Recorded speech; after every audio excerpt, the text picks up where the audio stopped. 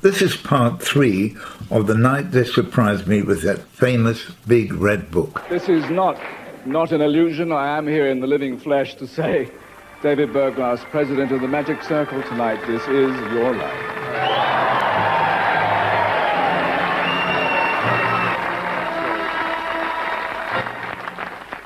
Now let us see what has earned you the title International Man of Mystery. Let me see if I can actually demonstrate to you that we can do something like that. Now that is only when you know what you're doing. Incredible! Absolutely. How fantastic! Oh. All right. Normal pulse, of course. And of course the same thing on this side. Like to take the pulse and then indicate when you can feel it. It should be exactly the same, I hope. Different sound effect, all right? A little bit difficult to do, I know. And now without seeing that any restrictions on my arms or without holding my breath or turning blue in the face, I'm going to try and vary them a little bit. And I think you'll find that it will slow down in a moment.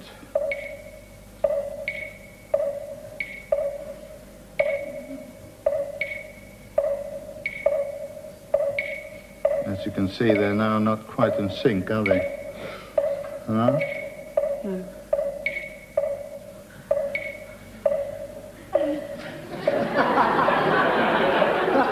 What happened? Well, it stopped. It stopped. Is that possible medically? Well, medically speaking, no. I should think not. It's still going. I'm stopping this one.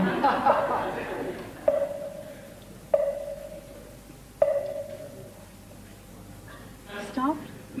What would you say normally at this moment? That is not possible. I know that. They're normally dead, aren't they? Yes, you shouldn't be talking. Those 2 eyes. Oh, my. What, could I ask you the object that you wanted to change your mind to? Yes. Or what was the object you first thought of? I can tell you now, can I? Yes. That, the quizzing glass. I see. Well, I'll tell you what, I made you change your mind. Oh, you don't think I did, but perhaps I did or not. Just read out the inscription on yours, because it's the same thing. Oh, I see. Take it out. And an inscription to you, Christopher, underneath. Would you read out what it says there? The mind of David Berglas influenced the mind of Christopher Lee to change to the quizzing glass.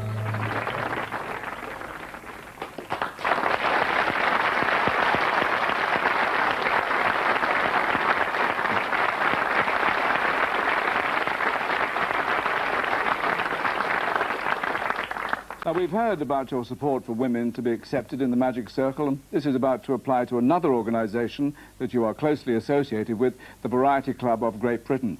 Now, Marcia Ratcliffe, you're soon to be installed as the First Lady Chief Barker of the Variety Club. Yes, Michael.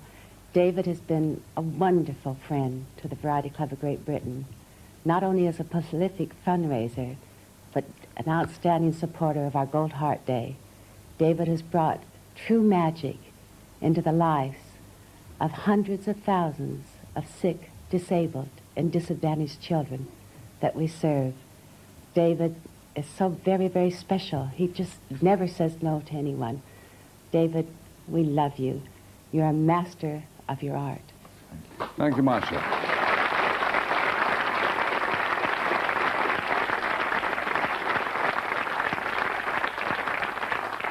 Now, Irina, what is it like to have a father with such astonishing energy? Well, what makes us all so proud of him is that besides working non-stop, he always seems to find time to think of others first. In fact, nowadays he spends most of his time devoted to working to charitable organisations. We think he's a magical dad. Well, David, indeed, you are renowned for your fundraising work with the Water Rats, and some of them, as you can see, are here tonight. There's Harold Taylor, and there's Billy McComb, and Bert Whedon, Davy Kay, and the current King Rat wearing the ceremonial collar that you designed, Wyn Calvin. And David, we all reckon you're a real knockout. Yes, fellow Water Rat, Henry Cooper. Then Henry Cooper, the boxer, came out, incidentally the only man who ever knocked down Muhammad Ali. David's been a rat for quite a while, hasn't he? Oh, I tell you, he's been a great champion for the Water Rats, this man here. I mean, David now is the present preceptor of the order. He's a trustee and he's a past king rat. And I think still when he does the old magic, he still wears the crown for me. Anyway, well done, Thank you, David. Henry Cooper. Thank you, Henry. Well done. Well, during a series of world tours, David, you performed the Indian rope trick in India.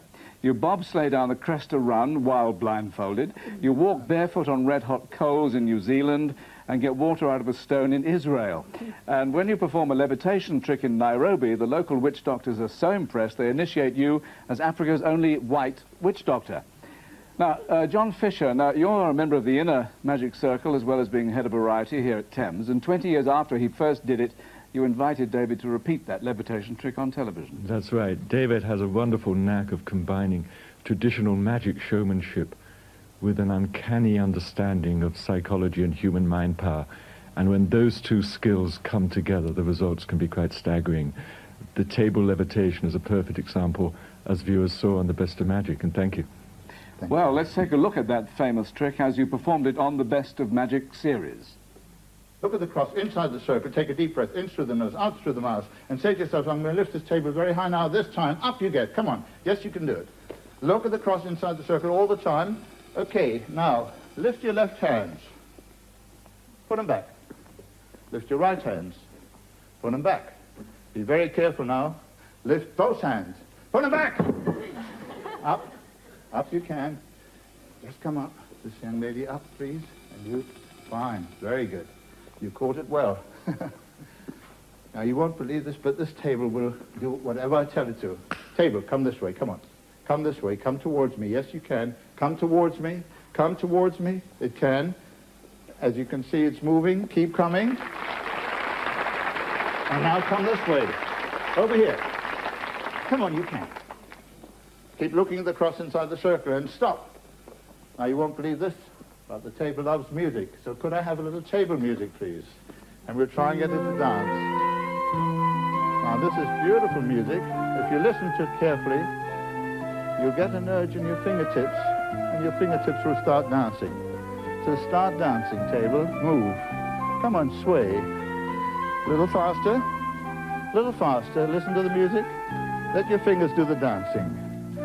Keep looking at the cross inside the circle. A little faster. Faster. Faster. Stop that now and start spinning. Spin. Come on, you can do it. Keep looking at the cross inside the circle all the time. Don't take your eyes off. Cross inside the circle, faster. Stop and reverse. Get down again. Get down quickly.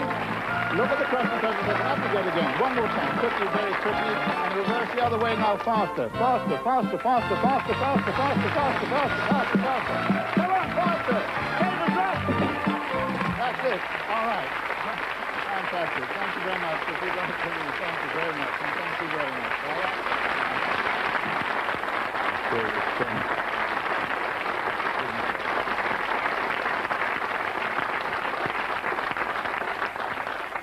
I think I know how that was done. It was magic, wasn't it? It was a time when we were trying to find new headquarters for Magic Circle, the first time that the Magic Circle would ever have its own headquarters.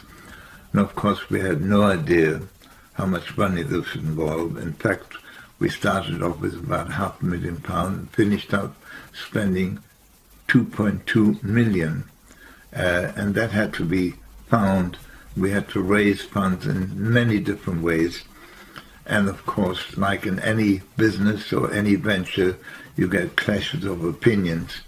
And my vice president, a man called Michael Bailey, who had been one of my opponents on these things, actually said some wonderful things on the program, as you'll hear. Michael Bailey, as vice president of Magic Circle, what is your view? Well, I think when David became president of the Magic Circle, he set himself really two ambitions, two objectives. One, of course, was to open the doors of the Magic Circle to lady magicians, and we're very pleased and delighted that that's happened. We've now got some lovely, attractive and very competent lady magicians, and that's good news for the 1,400 male members, of course. And we also, David also set himself the objective of finding a permanent headquarters for the Magic Circle. We haven't had a permanent headquarters for the 86 years of our existence. We've now found a building in London, and now we have to raise £500,000 to rebuild and refurbish and redecorate that building to really make it something that we can be proud of, and really a focus, a focal point for magic and indeed the allied arts. So David is going to lead a team to raise that £500,000, and knowing his powers of magic, I think he may well be able to do the impossible and raise that money, and we shall have premises and headquarters we can be very, very proud of. Thank you. And the final guest, a real surprise, was the man who was headlined for many, many years, Uri Geller.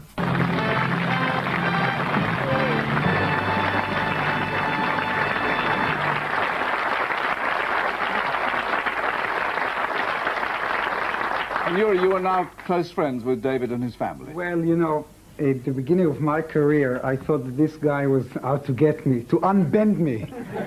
But as years passed by, I discovered that he is a true friend, a deep person, and I'm here to say how much I respect him, how much I love him, and finally, I think that he is the greatest man of mystery in the world.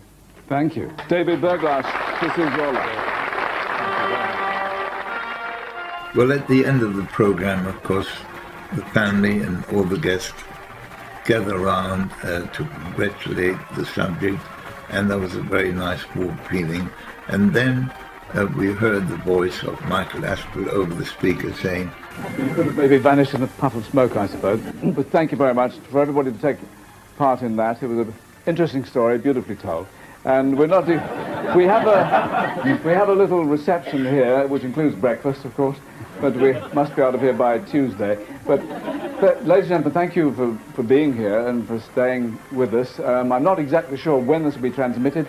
I think on a very festive day. I think that is the best time for this one. Well, he certainly was right, because a few months later it was shown just after the Queen's speech at Christmas time.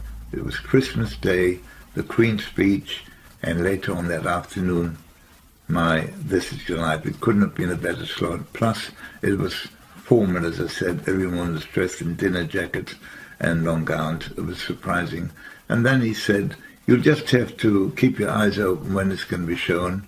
And now we're going to have a reception. Remember, it's 4 o'clock in the morning, reception for all the guests, he said, and then get out. Thank you again for being with us. Have a safe journey home. Now, get out. It got a big laugh, and that's how it ended.